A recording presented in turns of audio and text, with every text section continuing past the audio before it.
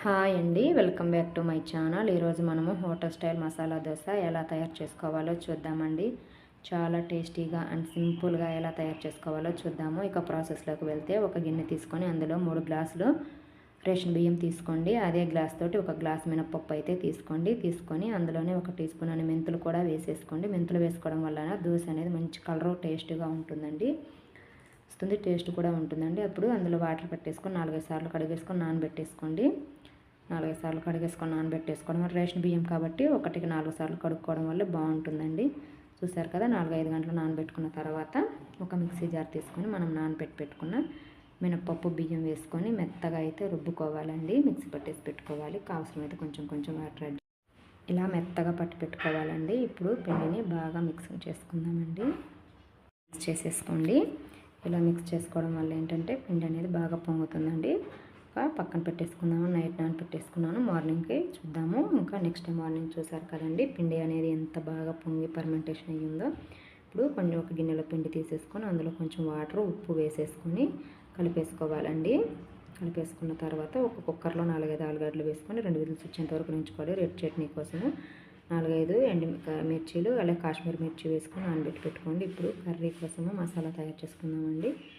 4-5 వెల్లుల్లి రెబ్బలు, 1 ఇంచు అల్లం ముక్క, అలాగే 4-5 పచ్చిమిర్చి తీసుకొని ఇలా వేసుకొని మిక్సీ పట్టి పెట్టుకుని చూసారు కదా. ఇలా మిక్సీ పట్టుకున్న తర్వాత ఎర్ర కారం కోసము 1 ఉల్లిపాయ, అలాగే కొంచెం పుట్నాలు, కొంచెం జీలకర్ర వేసుకొని ఉప్పు కూడా వేసేసుకొని ఎర్ర కారానికి మిరపకాయలు నానబెట్టి పెట్టుకున్నాం కదండి, అవి నానబెట్టుకున్న వాటర్ కూడా వేసేసి మిక్సీ పట్టి పెట్టుకుంటే ఎర్ర కారం తయారండి. ఇప్పుడు మసాలా చూద్దాము.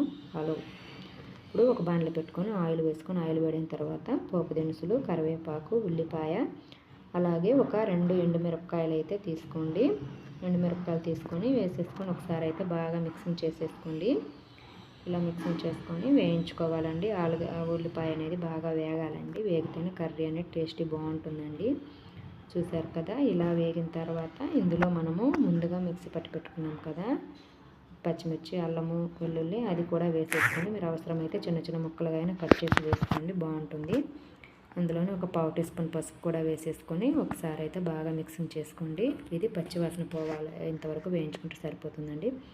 ఈ వీడియో నచ్చినట్లయితే ఈ వీడియోకి ఒక లైక్ చేయండి. మీ ఫ్రెండ్స్కి, రిలేటివ్స్కి ఈ వీడియోని షేర్ చేయండి. ఈ వీడియో ఎలా అనిపించిందో మాకు కామెంట్ రూపంలో తెలియచేయండి. మరిన్ని ఇలాంటి టేస్టీ రెసిపీస్ కోసం మన ఛానల్ అయితే సబ్స్క్రైబ్ చేసుకోండి. ఇప్పుడు ఇందులో మనం ఉడికించి పెట్టుకున్నాం కదా ఆలుగడ్డలు, అది కూడా వేసేసుకొని ఒకసారి అయితే బాగా మిక్సీ చేసుకోవాలండి. ఇందులో ఉప్పు లేదంటే చూసి వేసుకోండి. నేనైతే ఆలుగడ్డలు ఉడికించేటప్పుడే ఉప్పు వేసుకున్నానండి. చూసాను, నాకు ఉప్పు కరెక్ట్గా సరిపోయింది. మీరు ఉప్పు చూసి వేసుకోండి. చూసారు కదా. ఇలా వేసుకున్న తర్వాత ఒక స్టవ్ పైన ఒక పెనం పెట్టుకొని ఒక గరిటెడంత పిండి వేసుకొని దోశని అయితే పైన స్ప్రెడ్ చేసుకోండి. పిండి అనేది పచ్చదనం పోయిన తర్వాత మనము తయారు చేసి పెట్టుకున్న ఎర్రకారం ఉంది కదండి, అదంతా దోశకైతే స్ప్రెడ్ చేసేసుకోండి. ఇలా స్ప్రెడ్ చేసేసుకొని తర్వాత బాగా స్ప్రెడ్ చేసుకోండి. దోశ మొత్తం స్ప్రెడ్ చేసుకున్న తర్వాత ఒక నూనె అయితే తీసుకొని నూనె వేసుకోవాలండి. 1 టీ స్పూన్ అంత నూనె అయితే తీసుకొని దోశ మీద వేసుకొని దోశ అంతా ఆయిల్ అయితే స్ప్రెడ్ చేసేసుకోండి. ఇలా ఆయిల్ స్ప్రెడ్ చేయడం వల్ల ఏంటంటే దోశ అనేది కింద కూడా మంచి కలర్ వచ్చేస్తుందండి. చాలా బాగుంటుంది టేస్ట్ కూడా దోశ అనేది. చూసారు కదా. ఇలా చేసిన తర్వాత మనము రెడీ చేసి పెట్టుకున్నాం కదా ఆలు కర్రీ, దానిని ఒక సైడ్కి అయితే వేసుకొని స్ప్రెడ్ చేసుకోండి. ఇలా చేసుకోవడం వల్ల ఏంటంటే మనం తినేటప్పుడు ప్రతి బయటకు దోశ ఆలు మసాలా తగులుతూ దోశ అనేది చాలా టేస్టీగా ఉంటుందండి.